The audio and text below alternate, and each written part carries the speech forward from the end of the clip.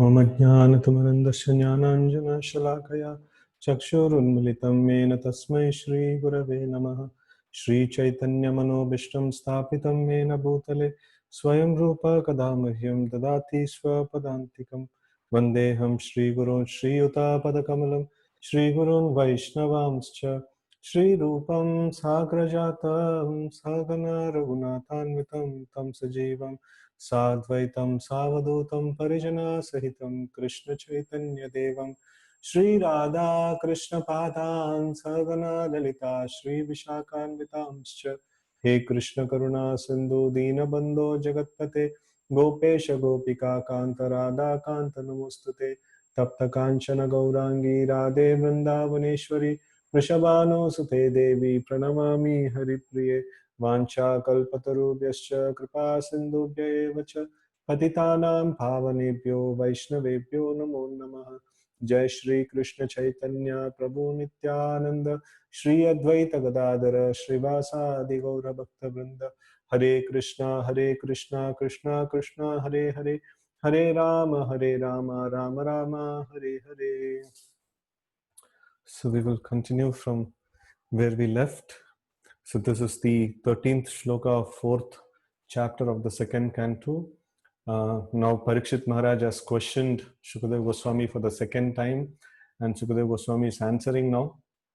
And first of all, we saw that he meditated on the Supreme Lord, and then he was trying to speak on the like after that he will start speaking. So now this is his almost like his Mangalacharan, his remembrance of the Lord, that is going on. So let's read that text 13. Bhuyo namasat vrijina chidde sat. Okay, Bhuyo namas sadvrijina chidde satam asambhavaya kila sattva murtaye pumsam punah paramahamsya ashrame vyavastithanam anumrigya dashuse. I again offer my respectful obeisances unto the form of complete existence and transcendence, who is the liberator of the pious devotees from all distresses and the destroyer of the further advances in the atheistic temperament of non-devotee demons. For the transcendentalists who are situated in the topmost spiritual perfection, he grants their specific destination. And so there are different activities of the Lord is mentioned here. So here Shukadeva Goswami is telling that I offer my respectful obeisances, my pranams to that complete existence, that is the Supreme Lord, and the transcendence, that means who is beyond the material creation. And then who is the liberator of pious devotees? So those people who are nicely engaged in devotional service, he is the person who's liberating them from all the distresses. And then he is the destroyer of further advances in the atheistic temperament of non-devotee demons. So that means he cuts down the flourishing non-devotees or demons. He cuts down them.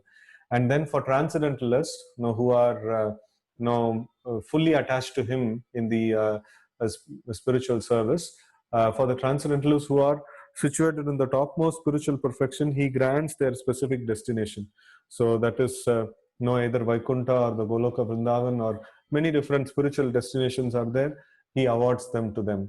So basically, he is the one who is reciprocating with the demons. He is the one who is reciprocating with the devotees. He is the one who is doing everything that is there in the whole creation. So such complete personality, I offer my pranams to him. I offer my respects to him. So that's the way Shukadeva Goswami is mentioning here. And let's see the purport. Lord Sri Krishna is the complete form of all existence, both material and spiritual. Akila means complete, or that which is not kila. Kila means inferior. No, Akila means superior actually. As stated in Bhagavad Gita, there are two kinds of nature, that is Prakriti, namely the material nature and spiritual nature, or external and internal potencies of the Lord. The material nature is called apara or inferior, and the spiritual nature is called superior or transcendental. Right? So para means like superior, and apara means like inferior in nature.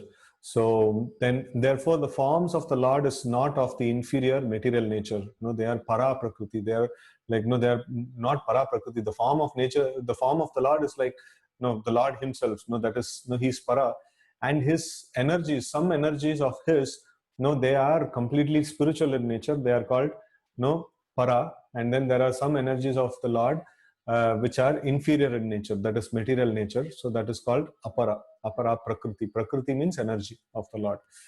And then He is complete transcendence, and He is the murti, or having transcendental form. The less intelligent men who are unaware of His transcendental form describe Him as impersonal Brahman. But Brahman is simply the rays of His transcendental body. Yasha Prabha. No, Prabha means like no, this rays, or the effulgence of the body. So the devotees who are aware of His transcendental form render Him service. Therefore, the Lord also reciprocates by His causeless mercy, and thus delivers His devotees from all distresses. The pious men who follow the rulings of the Vedas are also dear to Him, and therefore the pious men of this world are also protected by Him. The impious and the non-devotees are against the principles of the Vedas, and so such persons are always hampered for making advances in their nefarious activities. Some of them who are specially favored by the Lord are killed by Him personally, as in case of Ravana, Hiranyakashipu, and Kamsa. Um, and thus, such demons get salvation and are thereby checked from further progress in demoniac activities. Just like a kind father, either in his favor upon the devotees, or his okay, just like a kind father, either in his favor upon the devotees or his punishment of the demons, he's ever kind to everyone, because he is the complete existence of all individual existence. So here, it's nicely put that the Supreme Lord, He is for the pious people, like He awards them good happiness and things like that, and for impious people, no, He is awarding them, no, He is actually checking their progress in the demoniac activities. And these demons are either like curtailed, or they are killed and things like that.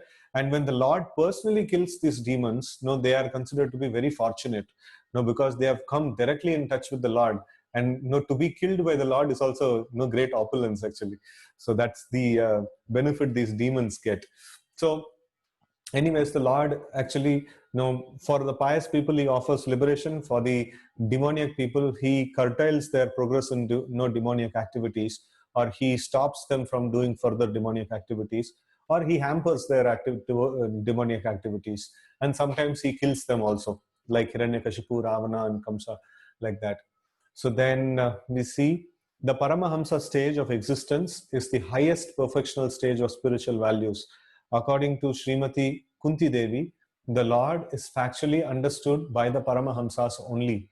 So Paramahamsa means one who is completely free of all the material contamination.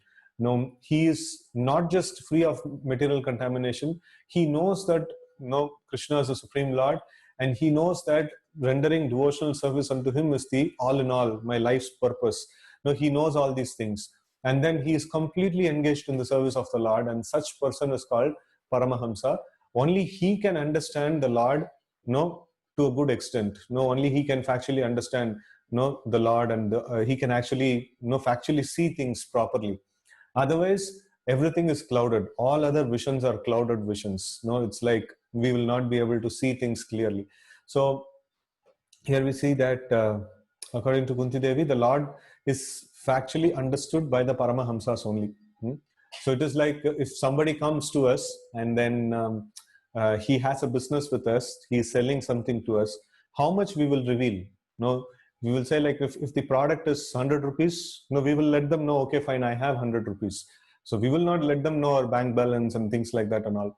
So, but then if the person is getting very, very close to us, and then he becomes very thick friend of ours and things like that, and sometimes we may discuss some financial matters, and wherein like we may disclose also, like, this is what I have, and this is what I think to do, and things like that and all. So in the same way, Paramahamsas are the ones who are completely engaged in service of the Lord, So Lord is also pleased to reveal some details about him, to such people.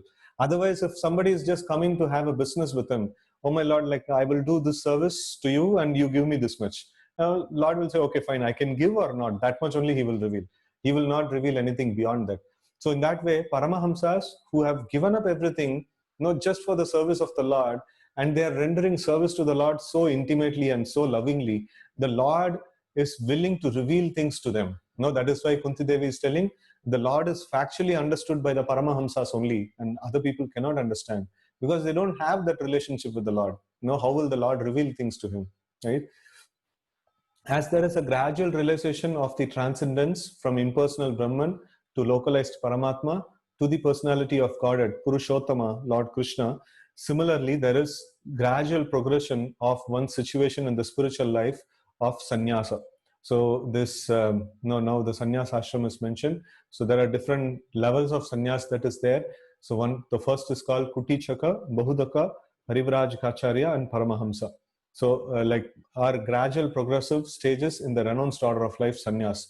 And Queen Kunti Devi, the mother of Pandavas, have spoken about them in the prayer for Lord Krishna. That is Canto 1, Chapter 8. Kunti Maharani's prayers are there.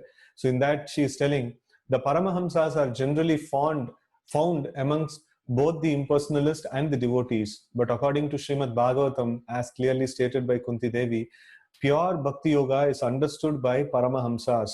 And Kunti Devi has especially mentioned that the Lord descends Paritranaya Sadhunam, especially awards Bhakti Yoga to the Paramahamsas. So ultimately, the Paramahamsas, in the true sense of term, are unalloyed devotees of the Lord. So that means Paramahamsa means like save and accept devotional service. They don't have any other interest. They are simply interested in pleasing the Supreme Lord. So such people are called Paramahamsas. And Kunti Devi is telling that only they can understand the Lord fully. Other people cannot understand the Lord fully, right? They can only understand a little bit. Now, as we were discussing on the case of, if you are doing a business with somebody, you will just let them know, okay, how much is your product, whether I'll be able to pay it or not. That much only I'll tell you. No, I'll not tell you anything more than that, about myself. So in the same way, the Paramahamsas, because of their dedication to the Lord, they can factually and fully understand the Lord. Other people, they can understand the Lord to the degree they are surrendering to the Lord, the degree they are developing relationship with the Lord.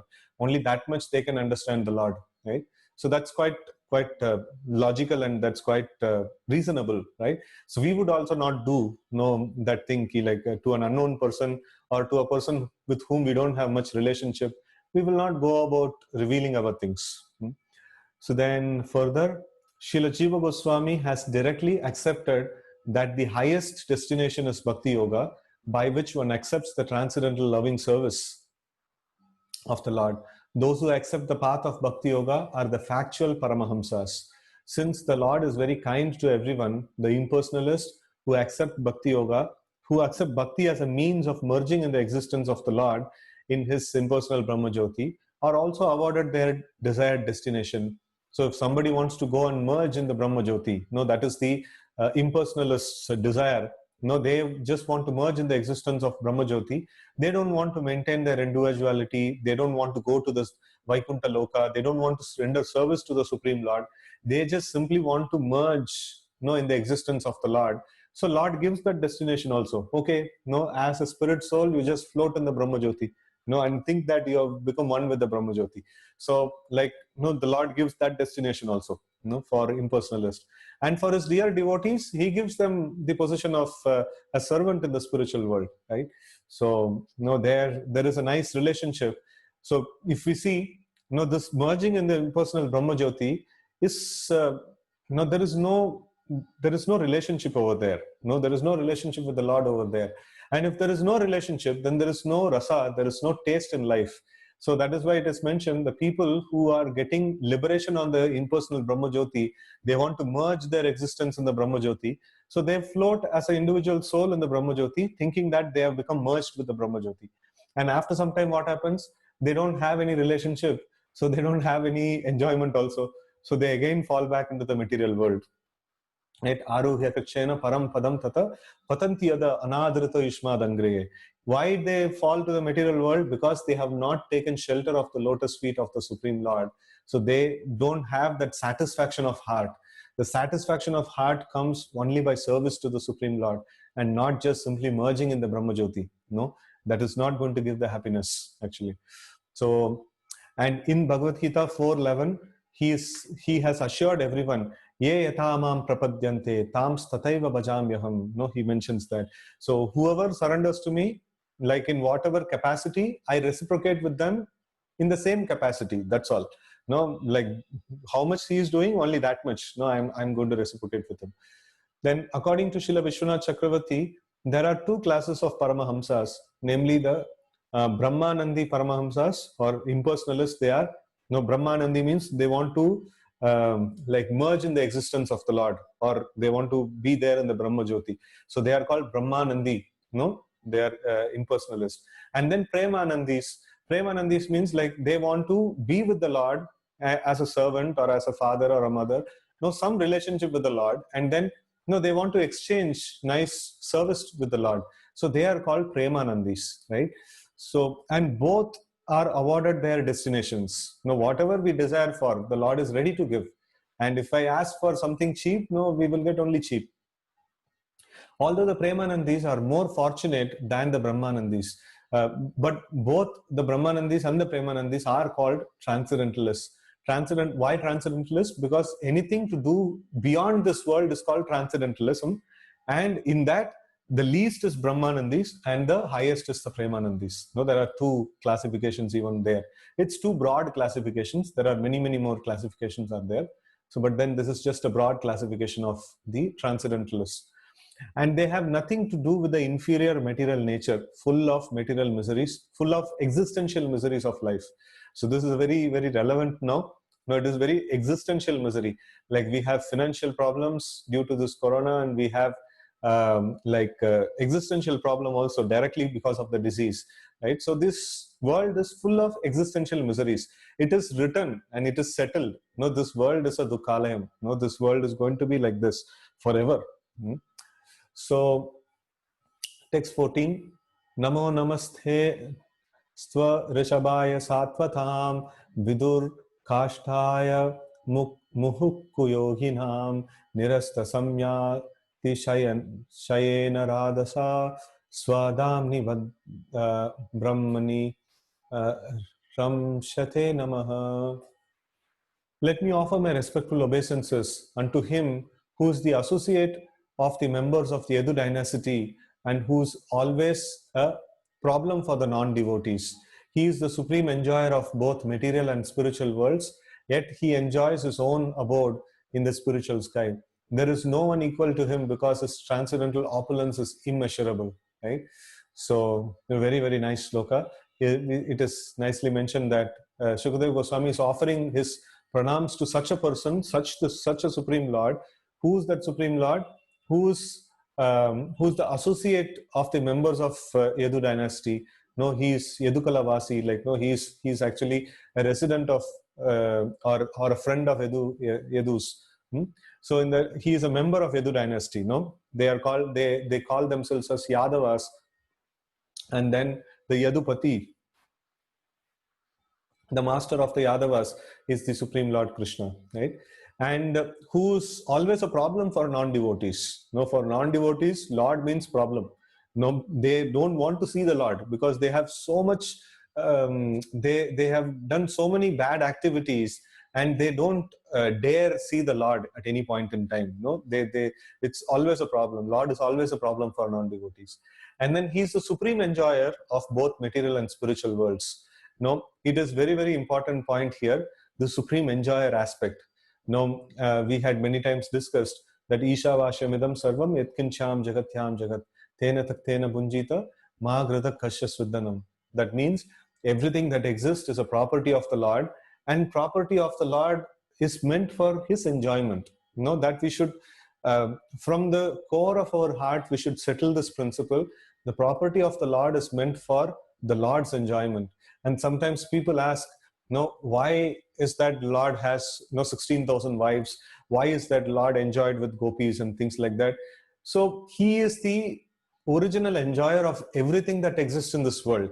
No, it is when we enjoy for ourselves, that is questionable. When Lord enjoys, that is legitimate. That should not be questioned. No, he is the actual enjoyer of everything that exists. If everything that exists belongs to him, then he is the natural proprietor of it. He is the natural enjoyer of it. And now, whenever we find it difficult to digest this point, that means we should understand, we have no strong, deep-rooted envy against the Lord. That is why we are not able to tolerate the Lord's enjoyment, right? So sometimes we see that somebody is working hard and then he earns a lot of money, and then he buys some nice amenities in his house and he is enjoying with that. And then sometimes when we see that, why this guy is enjoying so much, so sometimes we get that feeling that is because of envy. We are not able to tolerate others' success, or we are not able to tolerate somebody's good position. So the same thing we have in the material position, we have that kind of feeling towards the Lord. Why is that he only is enjoying? No, why is that he only should have all these things? No, why is that he has so much enjoyment? So no, that is the main problem. So devotees means what? Voluntarily we try to offer the Lord the enjoyment. My Lord, whatever I have is all belonging to you, and it is for your enjoyment. Even I myself is meant for your enjoyment. No, I just simply want to be engaged in your service, my Lord. So that is the Bhakti Yoga. No, that is the Bhakti Yoga. So we offer ourselves for the satisfaction of the Lord, right? So, he is the enjoyer. No, that's a very, very important point. Bhoktaram yagnatapasham sarvaloka maheshwaram suhridam sarvabhutanam nyatva mam shanti murchati. Bhokta, the Lord is called as Bhokta. Bhokta means the one who is the enjoyer, right? So it's a very, very important principle. So whenever we try to enjoy something, we should understand, oh, this is meant to be offered in the service of the Lord. No, why is that I am enjoying this? So I should offer things in the service of the Lord, and whatever comes as the remnants, that is prasad, and that is fit for my consumption, right? So when I cook, then I have to first offer it in the service of the Lord. First I have to offer the bhoga to the Lord, and then when it comes as prasad, so then that is fit for my consumption, right? So that has to be accepted. So that is the nature of a spiritual person. So everything that he wants to do it for the satisfaction of the Lord and not for his personal satisfaction. So, and when he satisfies the Lord, automatically he becomes beyond limits, he becomes satisfied.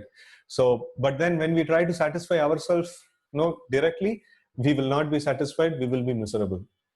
Many times we saw this example. Food is meant to be put on the stomach, and then the whole body gets satisfaction. If we try to push the food on the nose or the ears or the eyes, it's only misery, right? So stomach is the only enjoyer in the body, and he should be supplied everything. And all other parts of the body will get nourishment. So in the same way, the Supreme Lord is the only enjoyer in the whole creation, and he should be offered all the satisfaction and all the service, right? So it is not that the spiritual master will say that, no, now you should offer everything to my satisfaction. He also is saying that, no, you should offer everything to Krishna's satisfaction. So that is what is the philosophy, right? So there is no one equal to him, because his transcendental opulence is immeasurable. Okay, purport. There are two sides of the transcendental manifestation of the Supreme Lord Sri Krishna. For the pure devotees, he is the constant companion, as in the case of becoming one of the family members of Yadu dynasty, or his becoming the friend of Arjuna, or his becoming the associate neighbor of the inhabitants of Vrindavan, the son of Nanda and Yashoda, the friend of Sudama, Sridhama, and Madhumangal, or the lover of the damsels of Rajabhumi, etc. That is part of his personal feature. And by his impersonal feature, he expands the rays of Brahmajyoti, which is limitless and all-pervasive.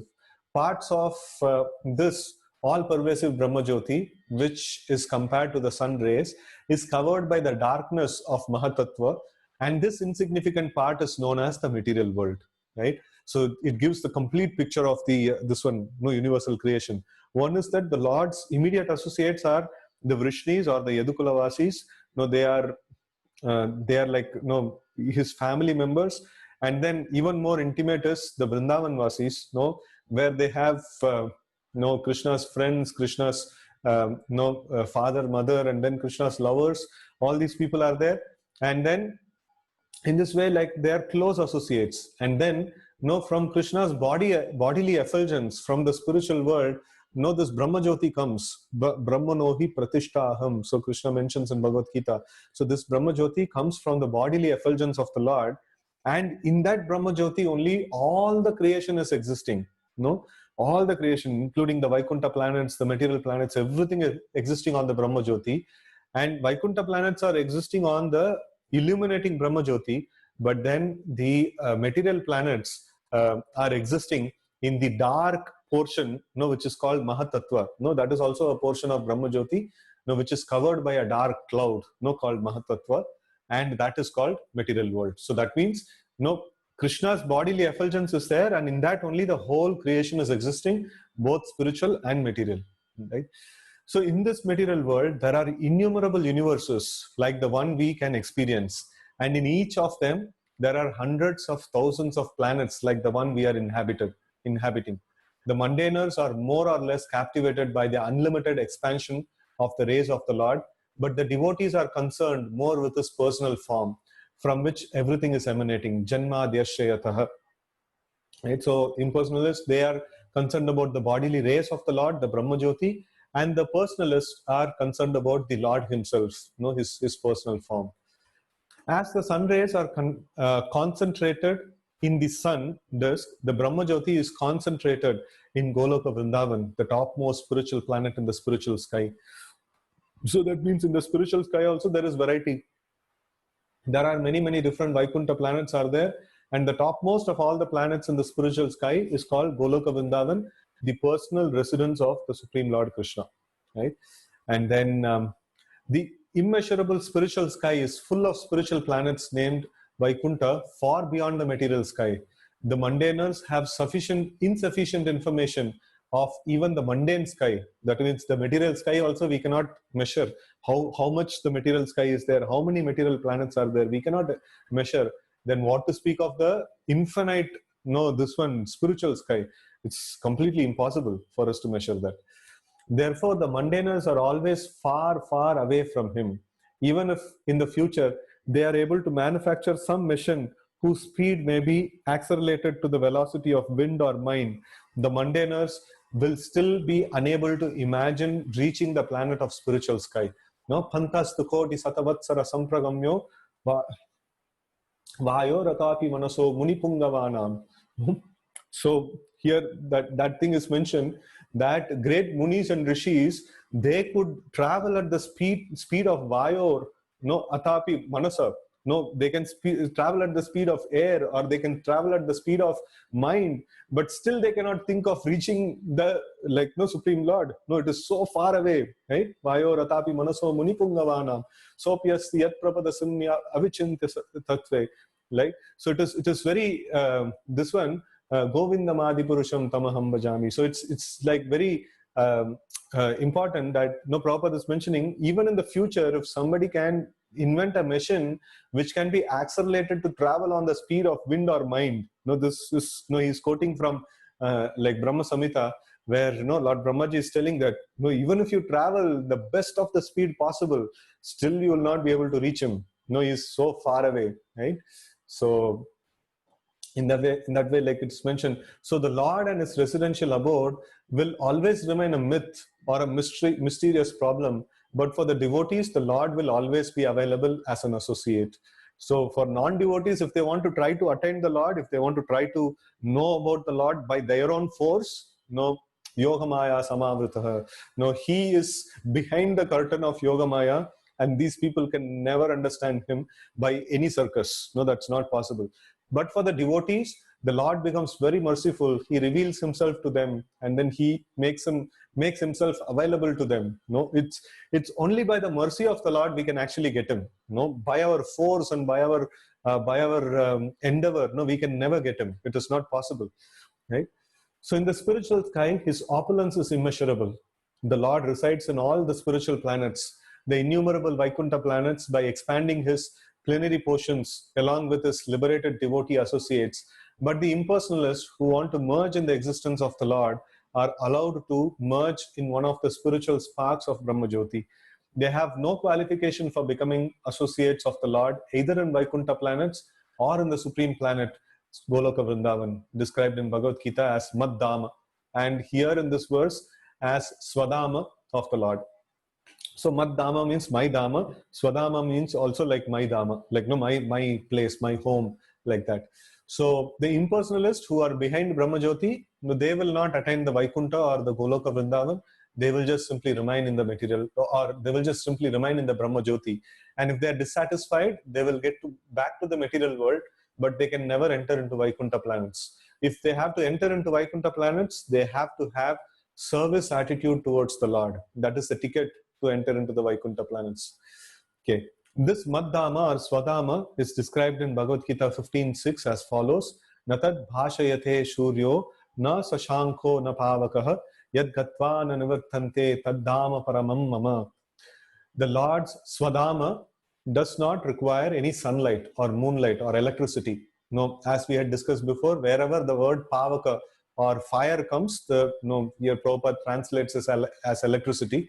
So it is basically in the past, like people used to have fire for illumination, and now we are using electricity for illumination. So no, the whole point is that there is no need of sunlight, moonlight, electricity, no, for illumination, because the Vaikuntha planets are self-effulgent. They are in their own right, they are bright. No, they don't need any light, external light. No, like what this material world is requires, right? So that Dhamma or place is supreme, and whoever goes there never comes back to this world. The Vaikuntha planets and the Goloka Vrindavana planet are all self-illuminating, and the rays scattered by those Swadama of Lord constitute the existence of Brahmajyoti. So just like now sun is shining and the sun rays is giving us the brightness here, in that way the topmost spiritual planets, the Vaikuntha planets and the Goloka Vrindavan planet, they have their effulgence, and that effulgence permeates the entire creation. And from that effulgence, a borrowed power is what is our sun. Like that is just a small fraction of the Brahmajyoti, our sun rays, right? So as further confirmed in Vedas like Mundaka Upanishad, that's where we were in. Okay, as further confirmed in Vedas like Mundaka Upanishad, Katha Upanishad, and Svetasvatara Upanishad, that is, na tatra suryo bhasati na chandra tarakam nema viduyuto bhanti kutoyam agni tam eva bhantam anubhati sarvam tasya bhasha sarvam idam vibhati. In the Swadama of the Lord, there is no need of sun, moon, or stars for illumination, nor is there need of electricity. So what to speak of igniting lamps? On the other hand, it is because of those planets, it is because those planets are self-illuminating that all effulgence has become possible. And whatever there is that is dazzling is due to the reflection of that Swadama. So this is the meaning of this shloka.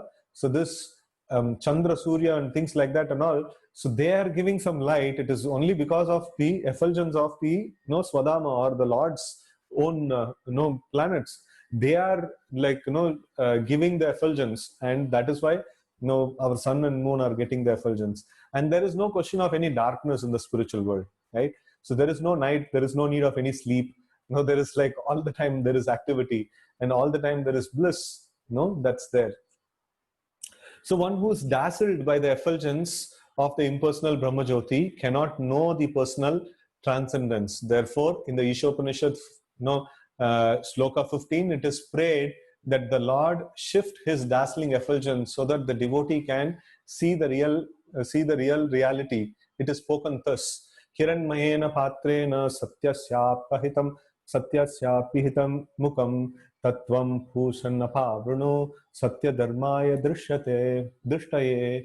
So here it's mentioned Hiranmayena Patrena. Hiranmayena Patrena means like Hiranmaya means like golden effulgence. It is like very, very solid effulgence is there, and then that is actually covering covering the Supreme Lord, and a devotee of the Lord is praying that, my Lord, your Brahmajyoti is so strong, nobody can penetrate this Brahmajyoti and have a darshan of yours. Please remove this Brahmajyoti, no, and then please give your darshan. I want to see you, see your personal form, my Lord. So that is a prayer like this. No, the meaning is given here. Oh Lord, you are the maintainer of everything, both material and spiritual, and everything flourishes by your mercy. Your devotional service or bhakti yoga is actual principle of the religion, that is Satya Dharma, and I engage in that service. So kindly protect me by showing your real face. Please therefore remove the veil of your Brahmajyoti rays so that I can see your form of eternal bliss and knowledge. Right? So this is how a devotee is praying to the Lord, that he may be allowed to see the face of the Lord by removing the Brahmajyoti effulgence around him. Okay. So text 15. Yat kirtanam, yat smaranam, yad ikshanam, yad bandhanam, yad shravanam, yad arhanam, lokasya sadhyo vidunoti kalmasham, tasmai shubhatre shavase namo namaha. So a very nice prayer it is. No? Translation. Let me offer my respectful obeisances unto the all auspicious Lord Sri Krishna, about whom glorification, remembrance, audience, prayer, hearing, and worship can at once cleanse effects of all sins of the performer. Right? So this is like very nicely it is put. Yat kirtanam. Yat means like about whom. No, like if I chant about yat kirtanam, yat smaranam. So like about whom if I think. No, yad ikshanam, no, it's worshipping. Yad bandhanam, like offering prayers, and yad shravanam, like hearing, and yad arhanam. So like all these different things is mentioned. Lokasya sadhyo vidunoti. Vidunoti means dona, means like it is cleansing. No, vidunoti kalmasham. No, lokasya sadhyo vidunoti kalmasham. Tasmai shubhatre. Tasmai shubhatra. No, that auspicious personality about whom if I hear, if I remember, if I worship, all the kalmasha will become cleansed. To that personality, Shabase Namo Nama. Like I'm I'm trying to offer my obeisances. I'm trying to offer my obeisances again and again. Right. So that's the meaning of this thing. So it is anyway. We are we can relate with this nicely. So every day we are gathering here, for remembering the Lord, glorifying the Lord, and then for like in that way hearing about Him and things like that. So, we are getting so much of benefit because of this. We are getting so much of kalmasha, vidunoti kalmasham is happening within the heart, right? Gradually, we are getting purified by this process. This is a very, very auspicious process, actually. Purport: the sublime form of religious performance to free oneself from all reactions of sin is suggested herein by greatest authority, Sri Sukadeva Goswami. Kirtanam, or glorifying the Lord, can be performed in very many ways, such as remembering, visiting temples to see the deity, offering prayers in front of the Lord, and hearing recitations of glorification of the Lord mentioned in Srimad Bhagavatam or Bhagavad Gita. These are all like, very, very purifying actually. Kirtanam, that is glorifying the Lord, and can be performed in many, many different ways. So this kirtanam can be like of remembering, visiting temples to see the deity, and prayers offered in front of the Lord, and recitation of Vedic scriptures like Bhagavatam and Bhagavad Gita. All comes under the category of kirtanam. Kirtanam can be performed both by singing the glories of the Lord in accompaniment with melodious music, or by recitation of scriptures like Srimad Bhagavatam or Bhagavad Gita. By the devotee need not be disappointed in the physical absence of the Lord, though they may think of not being associated with Him. The devotional process of chanting, hearing, remembering, etc., either all or some of them, or even one of them, can give us the desired result of associating with the Lord by discharging the transcendental loving service of the Lord in the above manner. So that means these are all direct perceptions of the Lord. So now we are hearing about the Lord. It is not different from the Lord. We are getting direct association of the Lord when we are discussing about Srimad Bhagavatam, right? So even the very sound of the holy name of the Lord, of Lord Krishna or Rama, can at once surcharge the atmosphere spiritually. We must know definitely that the Lord is present wherever such pure transcendental service is performed, and thus the performer of offenseless kirtanam has positive association with the Lord. No, if we do offenseless kirtanam, no, then we are getting positive association of the Lord directly. Similarly, remembrance and prayers also can give us the desired result if they are properly done under expert guidance. One should not concoct forms of devotional service. No, we should not just try to do our own ways of devotional service. That should not be done. No, devotional service is like a standard process. No, it is fixed process. It has to be followed under the guidance, and it has to be like done according to the scriptures. Right? Shruti Smriti Puranadi Pancharatri Vidim Vina Aikantihi Harer Bhaktir Utpathaya Eva Kalpate. So that means no bhakti, no Aikantika Harer Bhakti, no Utpathaya Eva Kalpate. No, this bhakti can become Utpatha. Utpatha means like can become a disturbance in the society. When it will become disturbance in the society? When it is against the Shruti Smriti Puranadi Pancharatriki Vidim Vina. No, without the direction of the Shruti, Smriti, Purana and Pancharatra, if somebody is doing bhakti, Aikantika Harer Bhakti, that becomes Utpataya Eva Kalpate. It creates Utpat. No, it creates so much of problem in the society. No, that is what has happened in Kali Yuga. Anyone and everyone is creating some process of devotional service, and they're all like doing so much of things in the name of devotion and in the name of worship of Lord and things like that. But there is no reference to Shruti, Smriti, Puranadi. No, there is no reference to them. No, so then it only creates Utpata. It only creates a disturbance in the society. Right? Okay, one may worship the form of the Lord in the temple, or one may impersonally offer the Lord devotional prayers in a mosque or a church. One is sure to get free from the reactions of sins, provided one is very careful about not committing sins willingly in expectation of getting free from the reactions of by worshipping in the temple or by offering prayers in the church. So this in the church, they go and offer this begging for the pardon and things like that and all. But then if they think that I will beg for the pardon from the Lord, I will offer some prayers, and then my sins will be removed, and after that I can go and start doing sins again. So then that is a problem. That should not be done. That way of executing devotional service is completely unapproved, and that is considered to be an offensive way of worshipping the Lord. Because I'm just going to the Lord saying that I just simply want to commit sins, and every time I go to the Lord and I'll get cleansed and come back and do the same sin. So then it becomes an offensive mode of offensive mode of worship, and such kind of worship will not give the desired result. But if somebody is sincere enough, they are thinking that I somehow or other I've committed this mistake, so now you please pardon me, my Lord, I will be careful from next time. So then the Lord is very merciful. But then if I go with a cheating tendency, no, I don't have any desire to give up this sinful activity. Just that sin will create some problem. I'll go and offer some worship to the Lord and get myself purified and get renewed to do another quota of sin. Then that is not very good, right? So here we're seeing this mentality of committing sins willfully on the strength of devotional service is called namno balad yashahi papa buddhihi. And it is the greatest offense in discharging of devotional service. Hearing, therefore, is essential in order to keep oneself strictly on guard against such pitfalls of sins. This is one of the benefits of hearing. So when we hear about the message of Srimad Bhagavatam, what happens is we are again and again warned about these things so that we can properly progress in the path of Krishna consciousness, carefully avoiding the pitfalls of the sinful activities, right?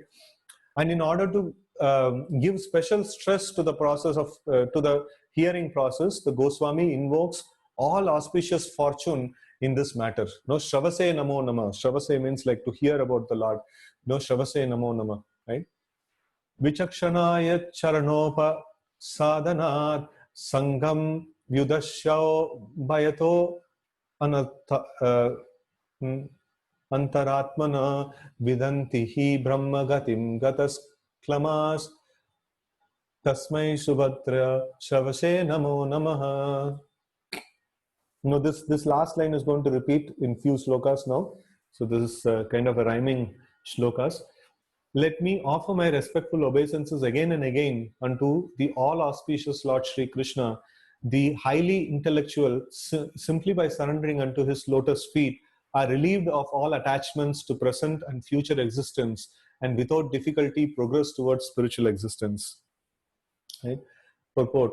Lord Sri Krishna has repeatedly instructed Arjuna, or for that matter, everyone concerned with becoming his unalloyed devotee in the last phase of his instruction in Bhagavad Gita, 1864 to 66. He instructed most confidentially as follows. Sarva guhyatamam bhuyah shrinu me paramam vachah ishto si me dridam iti tato vyakshami te hitam manmana bhava madbhakto मद्याजी माम नमस्कुरु मामे वैश्यसि सत्यम ते प्रतिजाने प्रियोसि मे सर्वधर्मान् परित्यज्य मामेकं शरणं व्रज अहं त्वां सर्वपापेभ्यो मोक्षयिष्यामि मा शुचः.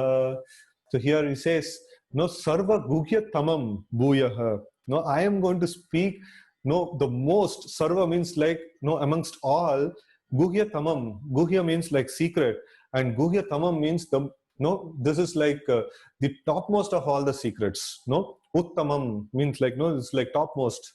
In the same way, like, no, uttamam is like, tamam means like in the superlative degree of speaking about anything. No, guhyam, guhyatara, and guhyatamam. No, this is like, no, the guhya means like secret, guhyatara means it's a great secret, and guhyatamam means like, no, it is the greatest of all the secrets.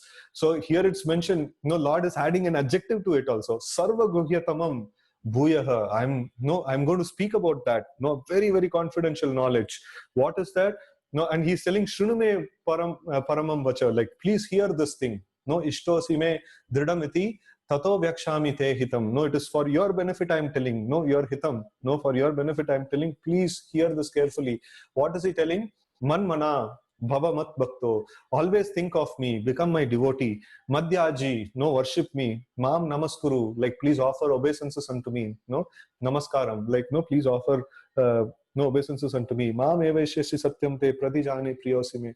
And then sarva dharman parityaja. So we have the translation here. We will read that. My dear Arjuna, you are very dear to me, and therefore only for your good I will disclose the most secret part of my instructions. It is simply this: become a pure devotee of mine, give yourself unto me only, and I promise you full spiritual existence by which you may gain the eternal right of transcendental loving service unto me. Just give up all other ways of religiosity and exclusively surrender unto me, and believe that I will protect you from all from your sinful acts, and I shall deliver you. Do not worry anymore. Right. So this is the thing that Krishna is mentioning, you know, as the most secretive knowledge in Bhagavad Gita. Right. Persons who are intelligent take serious notice of this last instruction of the Lord. Knowledge of the self is the first step in the spiritual realization, which is called confidential knowledge. You know, that is Jnana Yoga. So that is like difference between the body and soul. The matter is temporary, the spirit is permanent. So that is considered to be confidential knowledge. And a step further is God realization, which is called more confidential knowledge. You know, that is the Ashtanga Yoga, like where you meditate on the Paramatma feature of the Lord. That is called more confidential knowledge. The culmination of knowledge of Bhagavad Gita is God realization. And when one attains this stage of God realization, he naturally, voluntarily becomes a devotee of the Lord to render him loving transcendental service. This devotional service to the Lord is always based on love of God and is distinct from the nature of routine service as prescribed in Karma Yoga, Jnana Yoga, Dhyana Yoga. And this is called the most secretive knowledge, right? So confidential knowledge is what? Difference between body and soul. More confidential knowledge, guhyam, is, no, this one, difference between body and soul. Matter is temporary, spirit is permanent. That's confidential knowledge, guhyam. And guhyatara is this one, no, the meditating on the Paramatma feature of the Lord in the heart. So stepping into the God realization. And then guhyatamam is to be engaged as a servant of the Lord, as engaged in the service of the Lord lovingly. No, that is called the most confidential knowledge in the Bhagavad Gita, right? So this is not like any official service or some routine service that is done by the Karma Yoga, Jnana Yoga, Dhyana Yoga. So, but it is out of love and affection, right? So in the Bhagavad Gita, there are different instructions for such men of different categories. And there are various descriptions of Varnashrama Dharma, Sannyasa Dharma, Yati Dharma, the renounced order of life, the controlling the senses, meditation, perfection of mystic powers, etc. But one who fully surrenders unto the Lord to render service unto Him out of spontaneous love for Him factually assimilates the essence of all knowledge described in the Vedas. And one who adopts this method very skillfully attains perfection of life at once. And this perfection of human life is called Brahmagati, or progressive march in spiritual existence. As enunciated by Srila Jiva Goswami on the basis of Vedic assurance, Brahmagati means to attain a spiritual form as good as that of the Lord. And in that form, the liberated living being eternally lives on one of the spiritual planets situated in the spiritual sky. Attainment of this perfection of life is easily available to a pure devotee of the Lord without his undergoing any difficult method of perfection. Such a devotional life is full of kirtanam, shravanam, ikshanam, etc. As mentioned in the previous verse, one must therefore adopt this simple way of devotional life in order to attain the highest perfection available in any category of human form of life in any part of the world. When Lord Brahma met Lord Krishna as a playful child at Vrindavan, he offered his prayers in which he said, Shreya Shrutim Bhakti Mudashyate Vibho Klishyanti Ye Kevalabodha Labdaye Tesham Asau Kleshala Eva Sishyate Nanyadhyatha Stula Tava Tushava Gatinam. Bhakti Yoga is the highest quality of perfection to be achieved by intelligent person in lieu of performing a large quantity of spiritual activities. It's not that easy. It's like Bhakti Yoga is the highest perfection that is possible. And somehow or other, we are able to take part or participate in this Bhakti Yoga process by the way of hearing about the Lord. We are really, really very fortunate. Right? So the example cited here is very appropriate. A handful of real paddy is more valuable than heaps of paddy skins without any substance within, like husk. Husk is called the paddy skin. So the handful of real paddy, the handful of real rice is much better than the, like heaps and heaps of just the husk of the paddy. Similarly, one should not be attracted by the jugglery of karma kanda, jnana kanda, or even the gymnastic performances of yoga, but skillfully should take to the simple performance of kirtanam, smaranam, etc. under the bona fide spiritual master, and without any difficulty attain the highest perfection. Right? So one may say that this jnana yoga, this karma yoga and dhyana yoga and all, they are doing so many things. Like we are just simply sitting down and chanting the names of the Lord and hearing about the Lord and thinking about the Lord. So we should not be worried about. It may look very small, it may look very simple, but just by doing this simple thing, we will get the highest perfection. The difficulty is that people think it is too simple and they leave it. That's the whole problem. That's the whole problem in the Bhakti Yoga. People think it is too simple.